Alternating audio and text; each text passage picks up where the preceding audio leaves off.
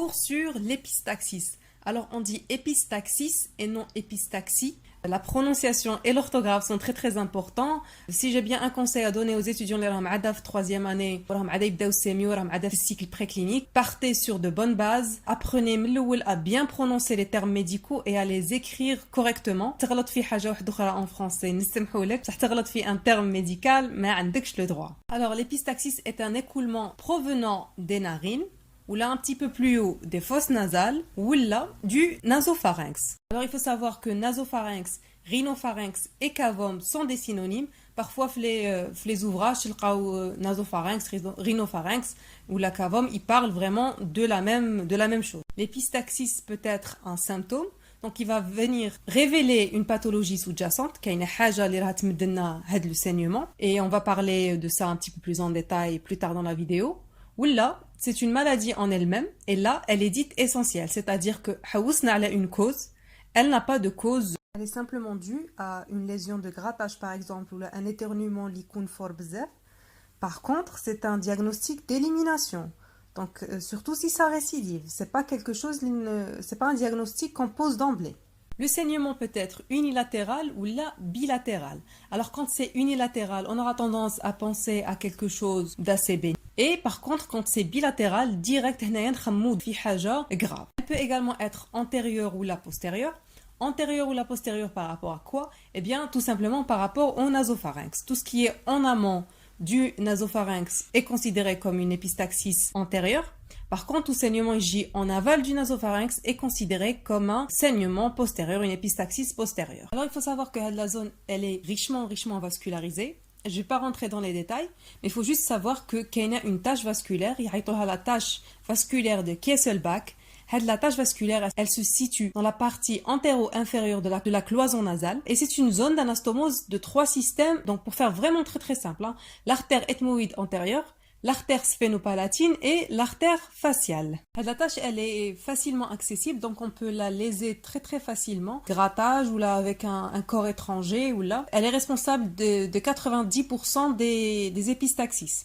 Donc c'est considéré comme étant bénin et cuniforme épistaxis. Petit récapitulatif, une épistaxis antérieure est due dans 90% des cas à une lésion de la tache vasculaire de Kieselbach.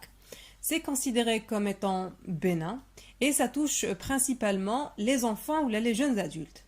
En revanche, une épistaxis postérieure, elle est considérée comme étant grave. Elle touche principalement les personnes âgées et l'étiologie la plus fréquente, c'est l'HTA, donc un pic hypertensif. Alors pour vous faciliter l'apprentissage des étiologies, donc VHI-T. Le V c'est pour maladie vasculaire, donc comme je vous ai dit au tout début de la vidéo, les poussées, surtout les poussées hypertensives, ils me donnent un saignement. Généralement, c'est les personnes qui sont âgées de plus de 50 ans et qui sont hypertendues et qui ont des antécédents de maladies athéromateuses. Il y a aussi la maladie de Rendu-Osler, donc c'est une angiomatose hémorragique familiale. C'est une maladie génétique à transmission autosomique dominante. Le H, c'est pour maladie hémorragique. On va penser à tout ce qui est perturbation de l'hémostase primaire ou la perturbation de la coagulation, la prise d'aspirine, la prise d'anticoagulants, les thrombopénies, les thrombopathies, que ça soit acquis ou la congénitale. Donc acquis, c'est la prise de médicaments. Et congénitale, comme par exemple l'hémophilie, la maladie de Willebrand, les déficits en divers facteurs de coagulation. Le I, c'est pour infectieux, donc maladie infectieuse, ou là, l'inflammation. Donc une sinusite, un saignement. Une rhinopharyngite, un saignement.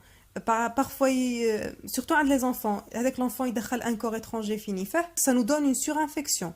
Donc, toute chose qui peut causer une inflammation de la muqueuse nasale. Le premier T, c'est pour traumatisme. Donc, vraiment tout traumatisme maxillofacial, qu'il soit local ou là, un traumatisme à la face ou là, même des traumatismes iatrogènes qui sont déclenchés par une chirurgie, toute chirurgie rhinosinusienne. Donc, c'est considéré comme étant un traumatisme iatrogène. Le dernier T, c'est pour les tumeurs, donc tout ce qui est tumoral, que ce soit bénin ou malin. Généralement, c'est accompagné d'une obstruction nasale parce que la masse, elle obstrue les voies nasales. Donc, généralement, c'est récidivant et c'est unilatéral. Donc, on a des tumeurs bénignes qui sont le fibrome nasopharyngien ou l'angiofibrome de la cloison, comme ça peut être dû à des tumeurs malignes, donc l'adénocarcinome de l'ethmoïde, le cancer du cavum ou là un carcinome des fosses nasales. Maintenant qu'on a fait le tour des étiologies, comment prendre en charge une épistaxis? Alors, la première chose à faire qui j'y comme واحد aux urgences pour une épistaxis, c'est de prendre les constantes vitales. Donc, pour le moment, on ne va pas faire d'examen complémentaire. Ça ne nécessite pas d'examen complémentaire. On va commencer par prendre les constantes vitales, donc la pression artérielle, la fréquence cardiaque, la température. Le patient il est connu comme étant un patient coronarien, on dit le ECG. Et si le patient est connu pour une insuffisance respiratoire, on a la saturation en oxygène. Pourquoi on fait tout ça? Eh bien, c'est pour détecter d'éventuels signes de choc. Est-ce qu'il y a un retentissement avec le saignement, avec l'hémorragie sur l'état du patient? Il est chefnabli, c'est une épistaxis bénigne, qu'elle est peu abondante, qu'elle est unilatérale. Le patient a des comorbidités où il n'y a pas de retentissement sur l'état. C'est très très simple. On peut commencer par installer le patient en position demi-assise, la tête légèrement penchée en avant avec la bouche ouverte. On va lui demander de se moucher pour évacuer les cailloux. Ou on va lui demander aussi de faire une compression bidigitale, donc avec 2 doigts, pendant 10 minutes.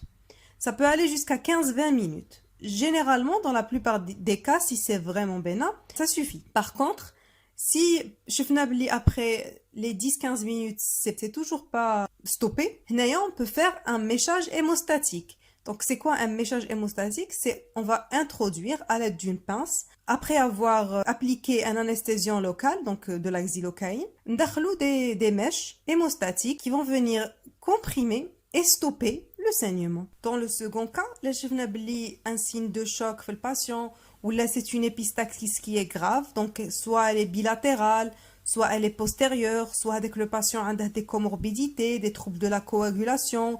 Si c'est un patient il a déjà récidivé. On fait des examens complémentaires. On va faire une NFS, on va faire les plaquettes, un ionogramme sanguin, urécréate, TP-TCA et l'INR, calculou, il a le patient sous anticoagulant. On ne sait pas le groupage. Alors pourquoi est-ce qu'on fait les examens complémentaires? D'un côté, les examens vont nous permettre de nous renseigner sur le retentissement avec le saignement à le patient et en même temps, ça nous permet également d'anticiper si jamais il faut agir de manière chirurgicale ou la transfuser le patient. Donc, il ne faut pas oublier aussi de lui mettre une voie. Dans ce cas-là, la prise en charge, elle diffère.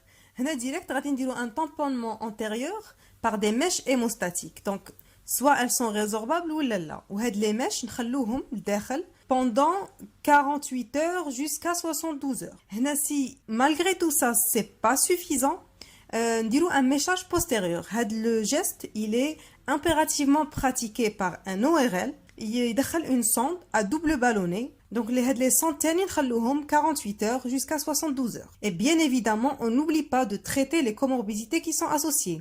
Là, quand on a HTA, là, quand on a insuffisance cardiaque, là, quand on a insuffisance respiratoire, on prend sur le tamponnement antérieur pour une durée de 48 heures. Il faut impérativement instaurer une antibiothérapie. Généralement, il dit augmenter. Là, quand le patient immunodéprimé, et bien sûr, il faudra faire une consultation ORL après, donc avec le patient dans la nature, avec pour une consultation ORL, et ça peut aller parfois jusqu'à l'embolisation dans un service spécialisé où il dit la ligature de l'artère ethmoïde antérieure.